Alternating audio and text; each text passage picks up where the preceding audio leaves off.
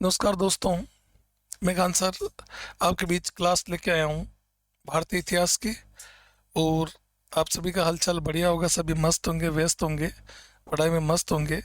और आज का जो हमारा टॉपिक रहने वाला है वो है मुगल साम्राज्य। हम मुगलों की बात करते हैं कि मुगल भारत में कब आए।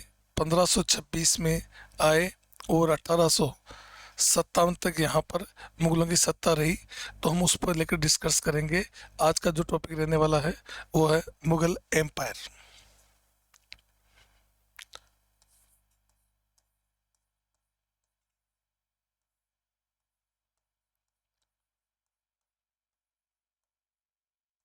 मुगल साम्राज्य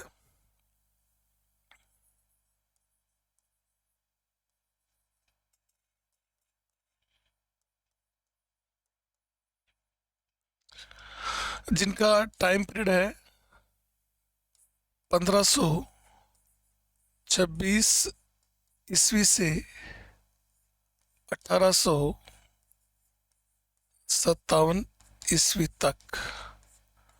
अगर हम बात करें कि मुगलों के समय की कि 1526 से 1857, अगर टोटल ईयर्स देखे जाएं तो ये 331 वर्ष का शासन होता है इनका।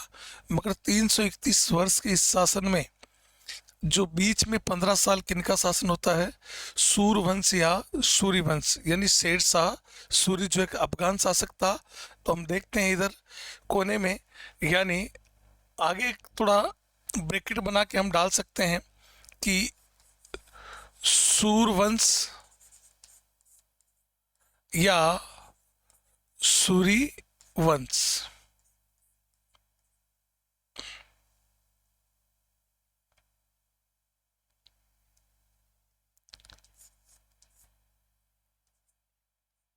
सूर्यवंश यानी ये टाइम पीरियड है इनका शेर शाह सूरी का 1540 ईसा से 1555 ईस्वी तक, यानी 15 वर्ष। इसको हम कह सकते हैं 15 ईयर्स। इनका किसका शासन रहा? शेर शाह सूरी। यानी ये शासन किसका था? शेर शाह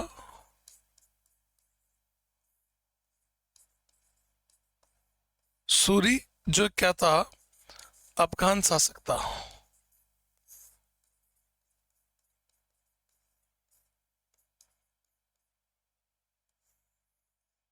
तो हम बात कर सकते हैं कि इस 331 वर्ष जो इसका शासन माना गया है, कितना कुल 331 वर्ष,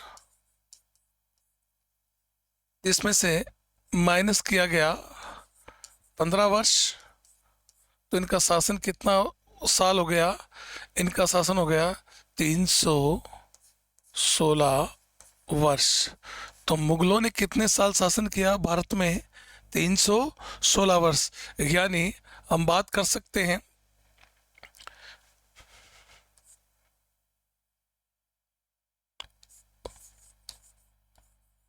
रूल ऑफ 360 ईयर्स, 16 ईयर्स। ये मुगलों का भारत में शासन रहा, यानी 1526 से 1857। और देखिए, ये जो समय रहा, मुगलों ने जो ये शासन किया, इस शासन में हमें मुगलों की सारी स्थिति का पता चलता है, चाहे वो सामाजिक हो, चाहे आर्थिक हो, चाहे उनका व्यापारिक हो, सभी की जानकारी मिलती है। और देखिए, इस मुगल साम्राज्य में जो मुगल साम्राज्य का संस्थापक है, मुगल साम्राज्य का संस्थापक कौन है? बाबर। यानी इसका पूरा नाम है जहीरुद्दीन मोहम्मद बाबर। यानी जहीरुद्दीन मोहम्मद नाम से ये गद्दी पर बैठा। और बाबर का शाब्दिक अर्थ होता है बब्बर शेर, यानी शेर की तरह ये था। तो इसने बाबर का उपनाम धारण किया। तो संस्थापक कौन है? बाबर। बाबर का पूरा नाम है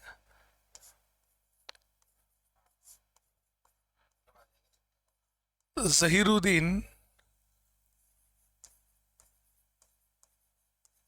मोहम्मद बाबर।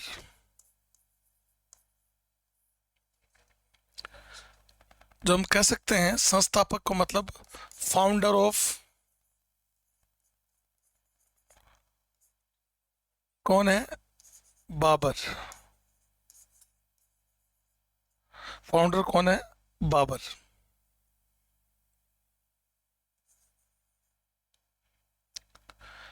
बाबर का जो टाइम पीरियड है वो है 1526 से 1530। तो यहाँ पर भी बाबर का जो टाइम पीरियड है वो है 1526 से 1530 ईस्वी। तो फाउंडर कौन है? जहीरुद्दीन मोहम्मद बाबर। अगर हम बात करें बाबर का जन्म स्थान,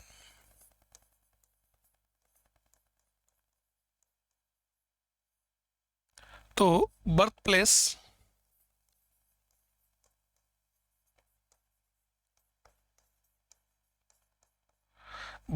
है दोस्तों, वो है फरगना। फरगना कहाँ है? उज्बेकिस्तान।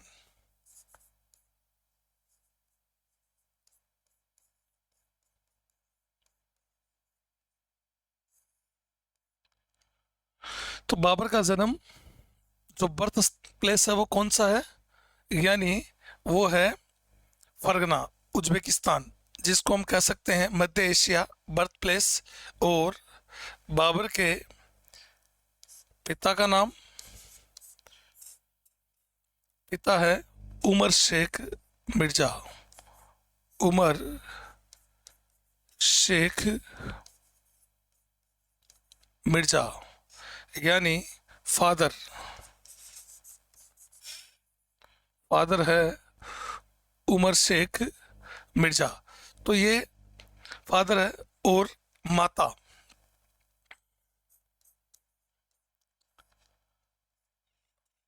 माता है कुतलुग निगार खानम। कुतलुग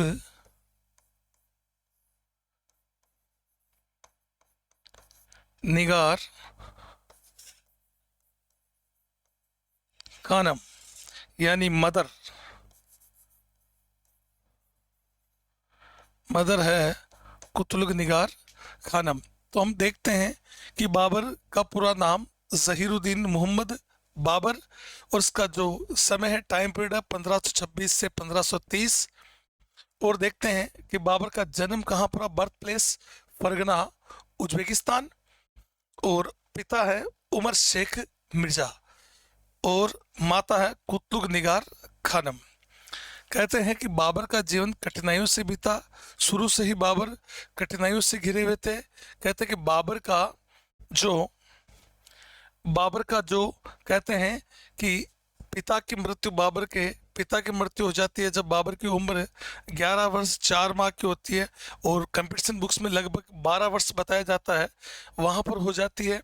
तो कहते हैं कठिनाइयों का नाता बाबर के जन्म से जुड़ा था। यह भी कहा जाता है इतिहास में कि बाबर बचपन में ही बूढ़ा हो गया था, यानी बचपन में उसके ऊपर इतनी जिम्मेदारियां आ गई थी। तो इतिहासकारों ने कहा कि बाबर बचपन में ही बूढ़ा हो गया था।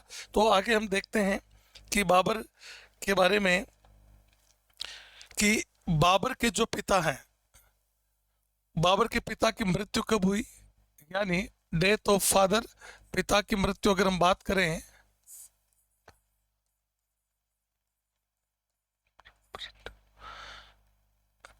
वो ही दोस्तों 1494 ईस्वी में। कहते हैं कि बाबर के जो पिता थे एक दिन कबूतर उड़ा रहे थे, और कहते हैं कबूतर उड़ाते वक्त बाबर के पिता पर दीवार गिर गई थी, और जिससे इनकी मृत्यु हो गई थी। ये घटना कब की है? 1494 ईस्वी। डेथ ऑफ फादर अगर हम बात करें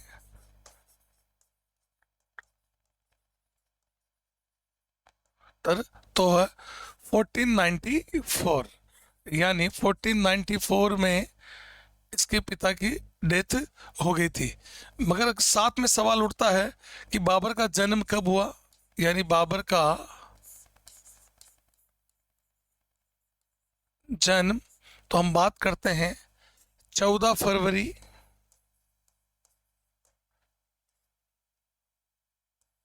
1483 ईस्वी। कहाँ पर हुआ? फरगना में। तो हम देखते हैं कि बाबर की जो, यानी बाबर का जन्म, बर्थ ऑफ बाबर,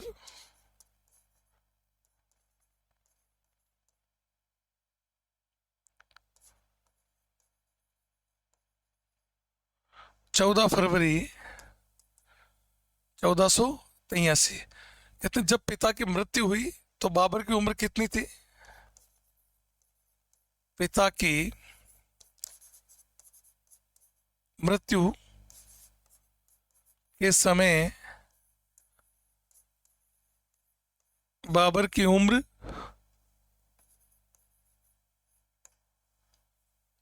11 वर्ष 4 माह थी।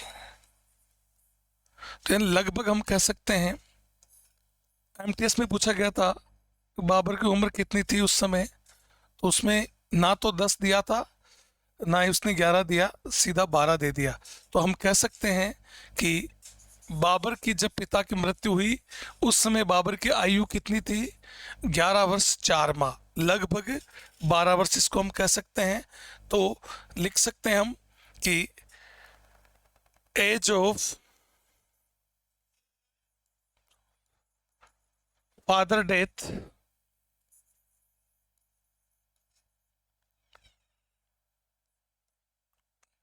तो 11 years 4 month, यानी 11 years 4 month, या हम कह सकते हैं 12 years, 12 ईयर। यानी इस समय बाबर की आयु कितनी थी? पिता की जब मृत्यु हुई उस समय बाबर की उम्र 11 वर्ष 4 माह या 12 वर्ष इसको हम कह सकते हैं। तो देखिए, पिता की मृत्यु 1494 ईस्वी में, बाबर का जन्म 14 फरवरी 1483 को हुआ। पिता की मृत्यु के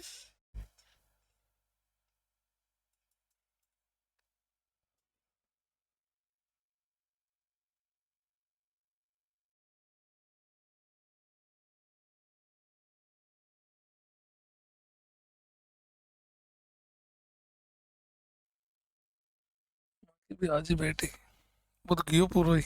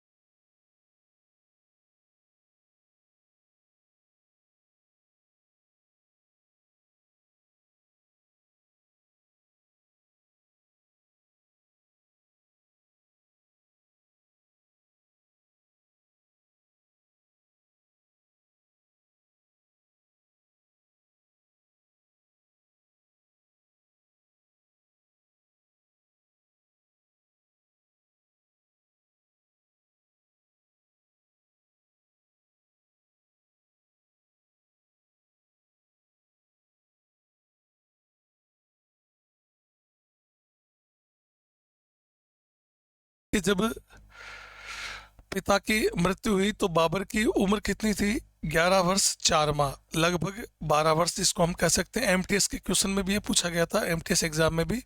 उसके बाद देखिए कि बाबर का अब जीवन कठिनाई से शुरू हुआ कि बाबर के जैसे ही पिता की मृत्यु हुई, समरकंद, कहते हैं कि इस समय समरकंद पर जिसका अधिकार होता था मध्य एशिया में, उसको सबसे बड़ा यानी शासक या ताकतवर सुल्तान माना जाता था।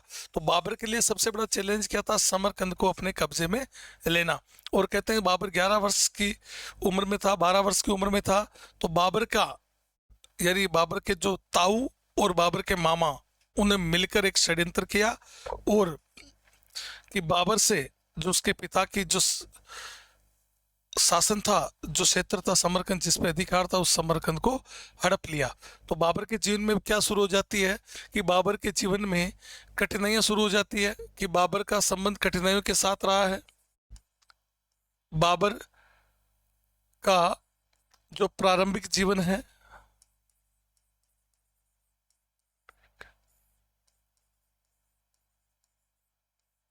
जीवन ये किससे भरा रहा? कठिनाइयों से। यानी बाबर का जो प्रारंभिक समय है वो कठिनाइयों से भरा रहा। यानी बाबर के सामने समस्या आ गई। और कहते हैं कि अब बाबर का उद्देश्य क्या रहा?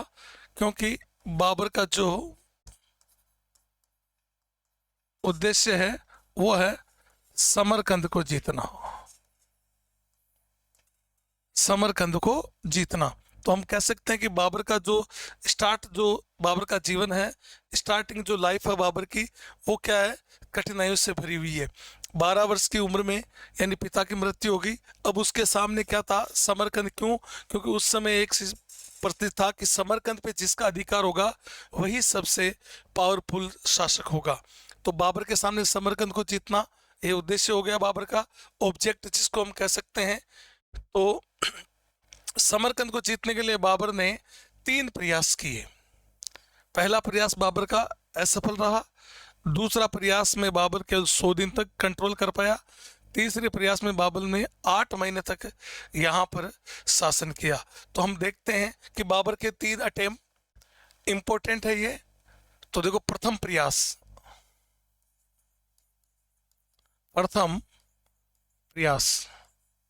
इसको हम कह सकते हैं फर्स्ट अटेम्प्ट। फर्स्ट अटेम्प्ट कब किया बाबर ने? यानी पिता की मृत्यु के बाद 1494 ईस्वी में। और कहते हैं ये इसमें क्या रहा? बाबर अनसक्सेसफुल, यानी असफल रहा।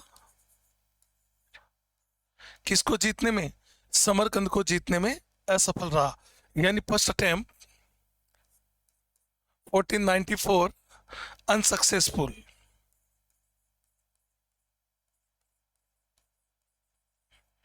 अनसक्सेसफुल रहा। सेकंड अटेम्प्ट, दूसरा प्रयास किया बाबर ने।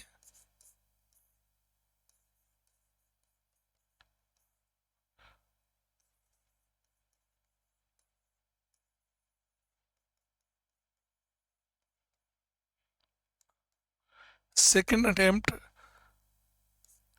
1497, 3 साल बाद किया। और कहते हैं इस अटेम्प्ट में क्या रहा? सफल रहा बाबर,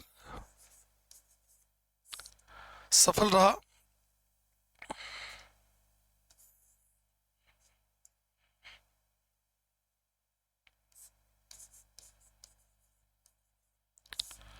सफल रहा मात्र 100 दिन तक।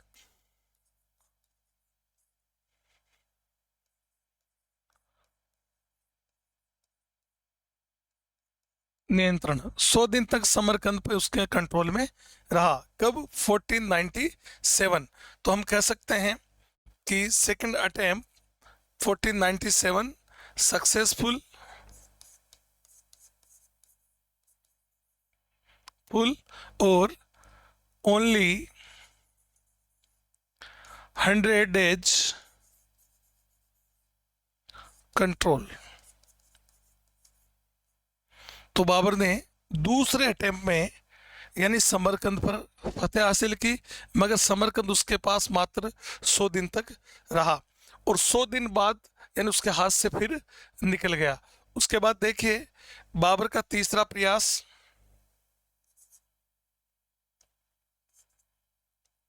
थर्ड अटेम्प्ट बाबर, तीसरा प्रयास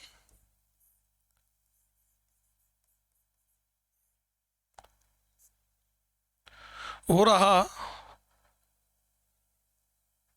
15 वन यानी 1501 ईस्वी में। और इस बार कहते हैं बाबर का ये भी अभियान सफल रहा और 8 महीने तक नियंत्रण, यानी हम कह सकते हैं थर्ड अटेम्प्ट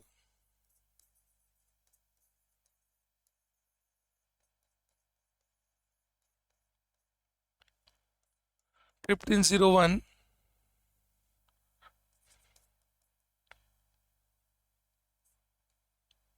1501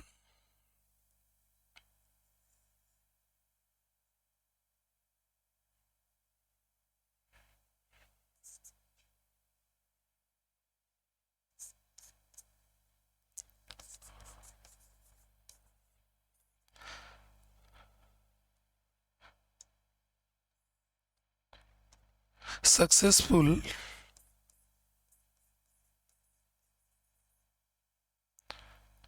only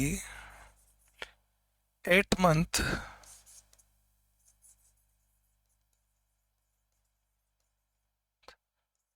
कंट्रोल, यानी बाबर ने तीसरे अटेम्प्ट में 1501 में यानी सफल अभियान किया और 8 महीने तक इसको कंट्रोल में रखा। तो कुल मिलाकर हम देख सकते हैं कि अभी तक बाबर के पांव जम नहीं पा रहे हैं, बाबर को मारकर भगाया जा रहा है। भगाने वाले कौन? यानी उसका ताऊ और कहते हैं कि उसके मामा। मगर यहाँ पर जो बाबर को समरकंद में जो संघर्ष करना पड़ रहा है किसके साथ?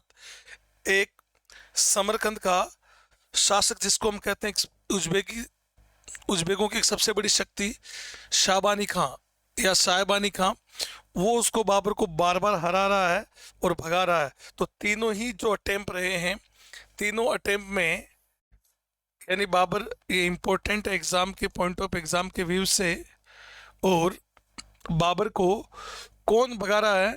शेबानी खां, यानी उज्बेक जो पावर है, उज्बेक जो शक्ति है, तो उज्बेकों का जो सरदार है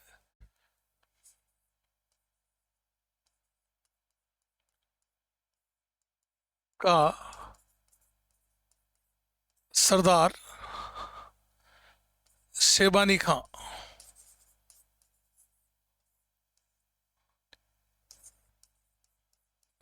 या शाहबानी खां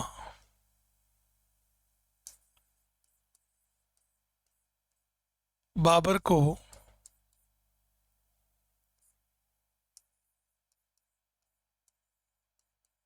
बार बार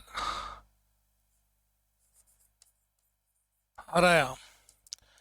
उज्बेकों का जो लीडर है शेबानी खां या शाहबानी खां, जिसने बाबर को बार बार हराया, बार बार बाबर को हराया। 3 प्रयास किए बाबर ने, तीनों ही प्रयास में उसको पराजित किया बाबर को शेबानी खां। और कहते हैं बाबर टूट सा गया था, बाबर के पांव जम नहीं रहे थे, बाबर एकदम बिखर सा गया था कि क्या करे, कि उज्बेकों से वो संघर्ष कर नहीं पा रहा था, कर भी रहा था तो उसको सफलता नहीं मिल रही थी। मगर कहते हैं कि इसी समय अब बाबर यहाँ से किस तरफ रुख करेगा? बाबर रुख करेगा, बाबर के चाचा हैं उलुग खां मिर्जा, यानी बाबर के पिता है उमर शेख मिर्जा और बाबर के चाचा हैं उलुग खां मिर्जा। जब देख लिया कि उत्तर में मंगोल हैं और उत्तर पश्चिम में उज्बेक हैं, इनसे संघर्ष वो कर नहीं पाएगा, तो कहते हैं कि बाबर ने अब अपने आप का रुख किस तरफ किया? बाबर ने अपना रुख किया साहब यानी अफगानिस्तान की तरफ। और बाबर ने अनुभव किया कि मैं कोई कमजोर नहीं हूं, मैं लड़ाका हूं, मैं एक वॉरियर हूं, एक योद्धा हूं। और ये जो योद्धा वॉरियर की शिक्षा जो उसको मिली, उसकी दादी से मिली, और बाबर ने अपने आप को वापस समझा। और बाबर ने कहा कि बाबर ने अपने आप को सोचा कि अगर बात करें कि बाबर पिता की तरफ से, बाबर पिता की तरफ से अगर हम इंडियन हिस्ट्री पढ़ते हैं, मिडिवल पढ़ते हैं, तो हम अगर आपसे पूछा जाए कि भाई ऐसे कौन से 2 लड़ाका हैं जिन्होंने कभी कोई युद्ध नहीं हारा, जिसको हम कह सकते हैं एकदम बिल्कुल जिन्होंने तांडव किया, जिन्होंने किसी को छोड़ा नहीं। एक था तैमूर और एक था चंगेज खां, खूंखार जिसको हम कह सकते हैं। तो पिता की तरफ से बाबर बाबर पिता की तरफ से बाबर पांचवी पीढ़ी पांचवी पीढ़ी का तैमूर का वंशज था। अगर बात करें पिता की तरफ से बाबर पांचवी पीढ़ी का तैमूर का वंशज था, तो हम कह सकते हैं father side father side fifth generation.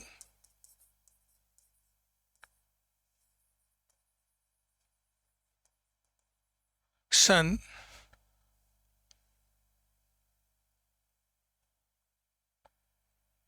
Taimur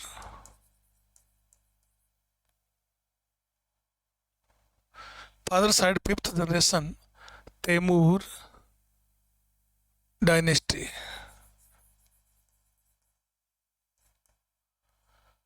अगर माता की तरफ से बात करें, माता की तरफ से बाबर 14वीं पीढ़ी 14वीं पीढ़ी का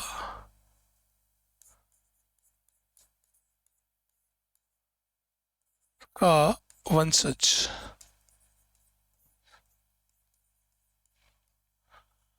तो देखिए mother side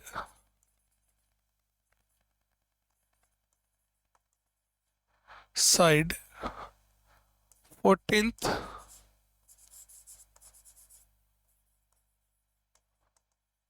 generation of Changez खां।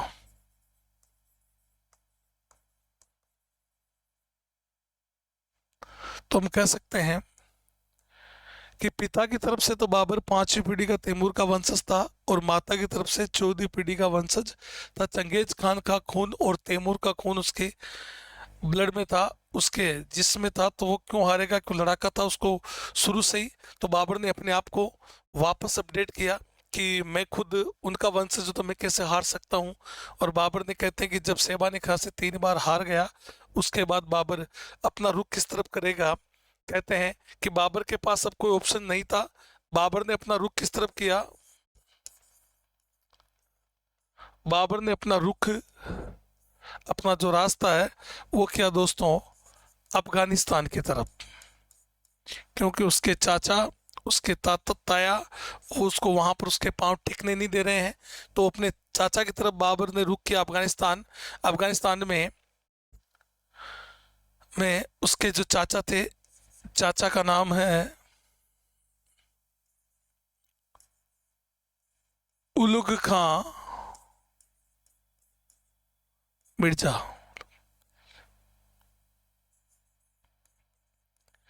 ये मिर्जा इनका टाइटल था बाबर का, उलुग खां मिर्जा। और कहते हैं उलुग खां मिर्जा की क्या हो जाएगी, मृत्यु हो जाएगी। मृत्यु होने के बाद इसका पुत्र होगा, इसका नाम है अब्दुल रजाक।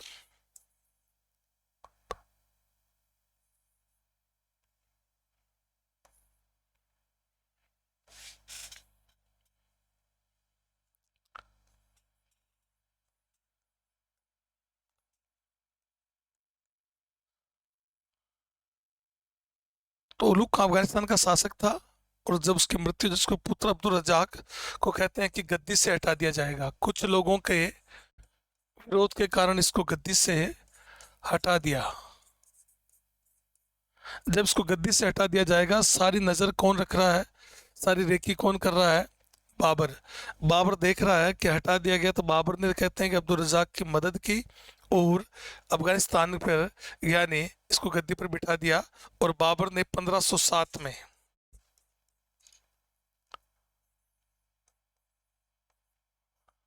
बाबर ने 1500, अगर हम बात करें 4 और 1507, दो चीजें होगी। तो 1504 ईस्वी में बाबर काबुल पर अधिकार करेगा। काबुल पर अधिकार, वह इसको जीता। तो हम बात कर रहे हैं कि बाबर अटैक ऑन काबुल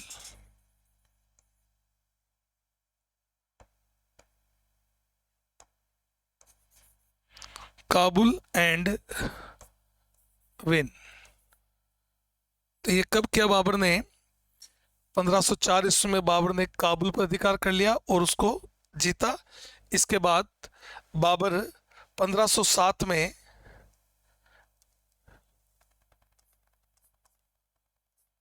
बाबर 1507 ईस्वी में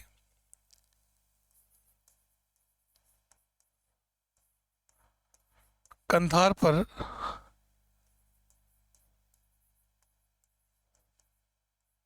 अधिकार वह जीतेगा इसको। तो Babur 1507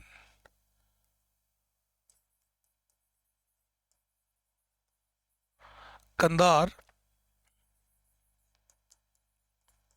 attack on and win.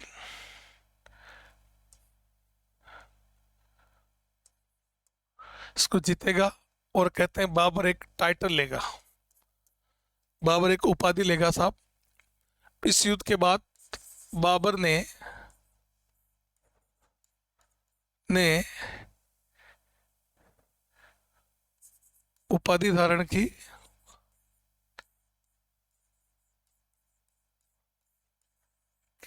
और वो थी पादशाह, या इसको हम कह सकते हैं बादशाह।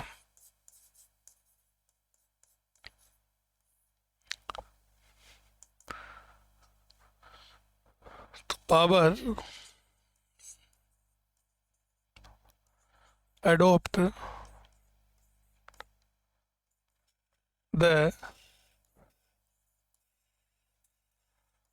title बादशाह एंड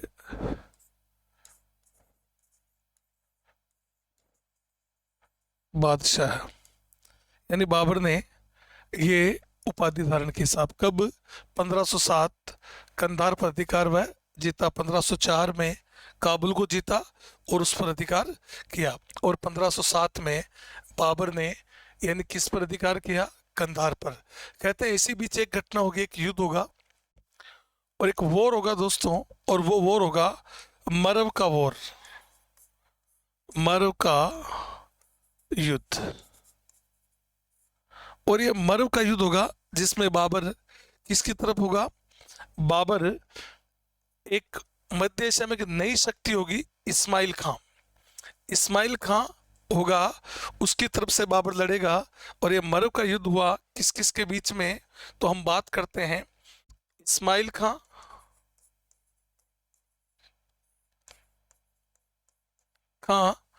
वर्सेज शेबानी खां।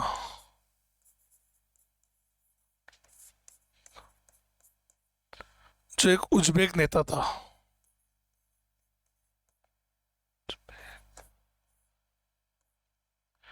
और कहते हैं इसमें इसका साथ कौन देगा?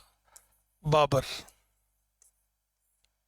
और शेबानी खां इसमें मारा जाएगा और इसकी क्या हो जाएगी? जीत हो जाएगी इनकी। जीत होने के बाद इस्माइल खां क्या करेगा? बाबर को समरकंद दे देगा, और बाबर को समरकंद दे दिया जाएगा। बाबर बहुत खुश होगा। ये जो युद्ध हुआ है यह है मरव का युद्ध, 1510 ईस्वी में। हो गया। तो इस प्रकार हम देखते हैं कि ये जो युद्ध हुआ इस्माइल खां और शेबानी खां।